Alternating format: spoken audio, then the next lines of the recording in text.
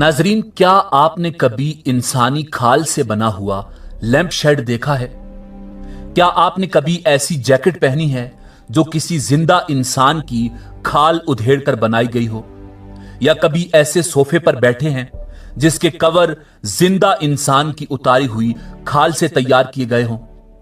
नाजरीन, यकीनन ये सब आपके लिए हैरानकुन होगा और आपने कभी ऐसा तसव्वुर भी नहीं किया होगा। मगर हमारी आज की वीडियो आपको ये सोचने पर मजबूर कर देगी कि कैसे हमारी इस खूबसूरत दुनिया में हम जैसे इंसानों के हाथों खौफनाक और भयानक मंजर तख्लीक होते रहे हैं और दलेर, सख्त दिल और जालिम समझे जाने वाले मर्दों के बजाय एक औरत जिसे सिन्फे नाजुक और कमजोर दिल तस्वुर किया जाता है, उसने ये सब हैंडीक्राफ्ट तख्लीक किए और इन्हें न सिर्फ अपने घर में सजाया बल्कि अपने जानने वालों को बतौर तोहफा भी पेश किए।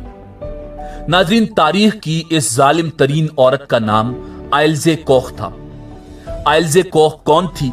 वो इतनी जालिम क्यों बनी?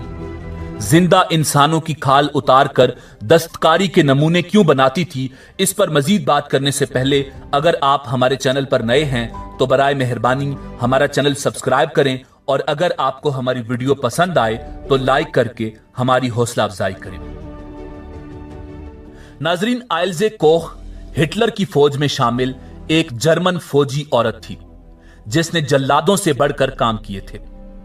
आइल्ज़े कोख नाम वाली वो पत्थर दिल औरत इत्तेहादी कैदियों के लिए बनाए गए एक जंगी कैंप में तैनात थी, जहां भेजे जाने वाले कैदियों में से कोई खुशनसीब ही जिंदा बचकर निकलता था, वरना आइल्ज़े कोख, उसका शौहर और जर्मन फौजी उन कैदियों को गैर इंसानी अजियतें देकर जिंदगी की कैद से निजात दे दिया करते थे। तारीख में आइल्ज़े कोख को दुनिया की जालिम तरीन औरतों में शुमार किया जाता है। नाजरीन, आइल्ज़े कोख के वाकयात जो हम आज की वीडियो में आपको बता रहे हैं वो दूसरी जंग अजीम के दौरान एक बदनामे जमाना टॉर्चर कैंप बुशनवाल्ड में पेश आए थे, जहां आइल्ज़े कोख और उस जैसे फनकार अपने कैदियों पर मश्क सितम किया करते थे।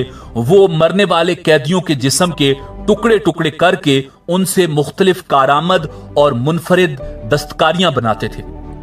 कभी कभी कुछ नया करने के लिए वो जिंदा इंसानों ही को निशाना बना लेते थे।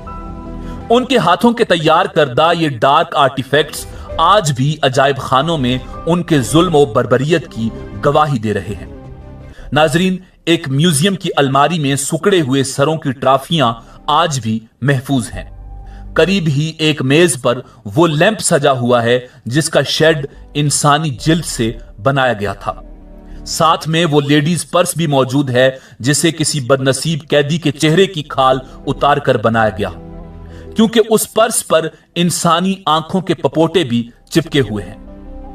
नाजरीन, आइल्ज़े कोख इन कामों में अकेली नहीं थी, बल्कि जर्मनी में वाक़े तमाम कैदी कैंपों का इंचार्ज डॉक्टर वर्नर, दूसरे जर्मन फौजी अफसरान और सिपाही भी इन कामों में उसके शरीके जुर्म थे।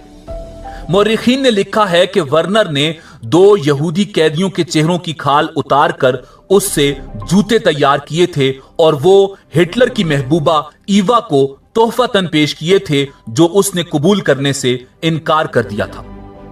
उसी डॉक्टर वर्नर ने कैदियों की खाल से चश्मे और जेबी चाकुओं के कवर भी बनाए थे, जिन्हें वो अपने दोस्तों को गिफ्ट किया करता था।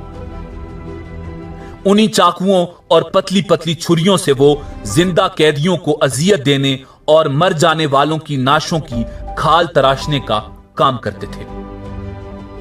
नाज़रीन, आइल्ज़े कोख दरअसल बुशनवाल्ड कैंप के कमांडेंट कार्ल की बीवी थी और दोनों मियां बीवी के कहने पर उन दोनों को एक ही कैंप में तैनात किया गया था। वो शौहर से फरमाइश करके कैदी छांटती थी और उन्हें टॉर्चर करने के लिए साथ ले आती थी।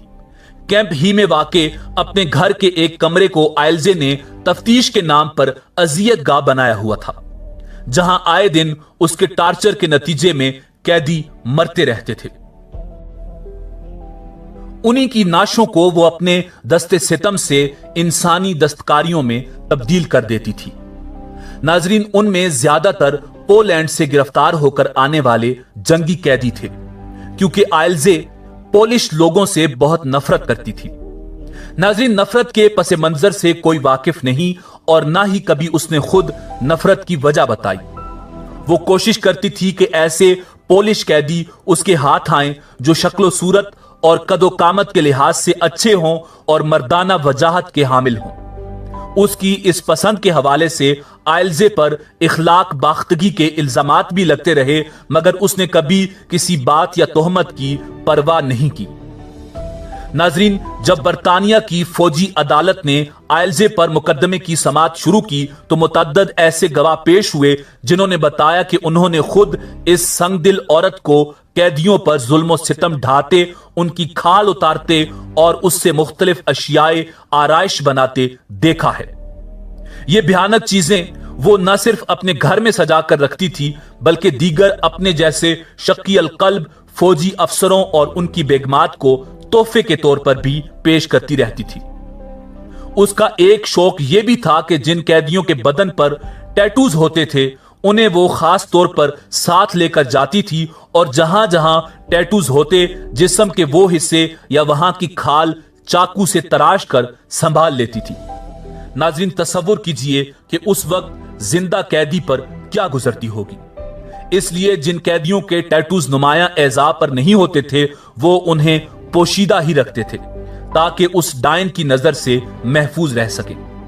ناظرین، جیسا کہ پہلے آپ کو بتایا جا چکا ہے کہ آئلزے کوخ نے یہ ظلم کی عادت اپنے شوہر کے مظالم دیکھ کر اپنائی تھی۔ اس لیے جب دونوں میاں بیوی کے غیر انسانی ظلم و ستم توڑنے کی بات عام ہوئی تو نازیوں نے پہلے میاں یعنی کمانڈنٹ کارل اوٹو کوخ کے خلاف قیدیوں کو غیر ضروری طور پر ایذا دے کر قتل کرنے اور جنگی ساز و سامان، راشن اور دیگر اشیاء کی خریداری میں بدعنوانیوں کے الزامات میں مقدمہ چلایا اور جرائم ثابت ہونے پر اس کو سزائے موت دے دی۔ آئلزے کوخ کے خلاف شوہر سے بھی زیادہ مظالم ڈھانے کے ثبوت اور شواہد مل چکے تھے، اس لیے یہ واضح ہو چکا تھا کہ اسے بھی سزائے موت ہی سنائی جائے گی، مگر نازیوں نے اس پر مقدمہ نہیں چلایا۔ جنگ عظیم کے خاتمے پر اسے اتحادی فوجیوں نے گرفتار کر کے امریکن ملٹری کورٹ میں پیش کیا تھا، مگر اس نے سزائے موت پر عمل کیے جانے سے پہلے ہی جیل میں خودکشی کر لی تھی۔ اس کے خلاف مقدمات مشہور جج کونارڈ مورگن کی عدالت میں پیش کیے گئے تھے، جس نے اپنے فیصلے میں لکھا تھا کہ اس عورت نے اتحادی قیدیوں کو جس قسم کی خوفناک اذیتیں دے کر ہلاک کیا ہے، ایسی بھیانک مثالیں چنگیز خان، ہلاکو خان یا دوسرے بدنام زمانہ ظالم اور قاتل بھی پیش نہیں کر سکے۔ ناظرین، اسی امید کے ساتھ آپ سے اجازت چاہیں گے کہ آپ کو ہماری ویڈیو پسند آئی ہوگی۔ ملتے ہیں بہت جلد ایک نئی ویڈیو میں، تب تک کے لیے اللہ آپ کا حامی و ناصر ہو۔